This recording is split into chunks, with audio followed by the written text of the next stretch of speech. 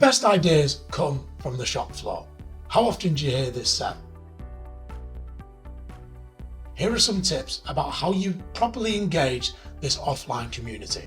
Firstly, you need to get to know your offline workers. So you need to think about the methods and structure and places you're asking people to share their suggestions if they're in an offline community.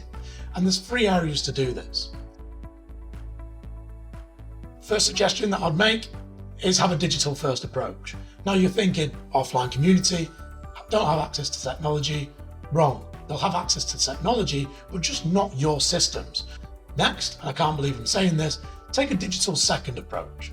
Why not have the good old-fashioned suggestion box? What you can then do, take these suggestions and input them yourself into whatever portal, digital system you've got. And then finally, use a completely offline approach. Get out there, speak to them, host events such as hackathons, meet and greets, toolbox talks. Finally, you need to spend time building engagement, build a network of natural internal influencers. Rather than going direct to the offline community, use this network of champions as your voice. If you want to find out more, please visit edison365.com.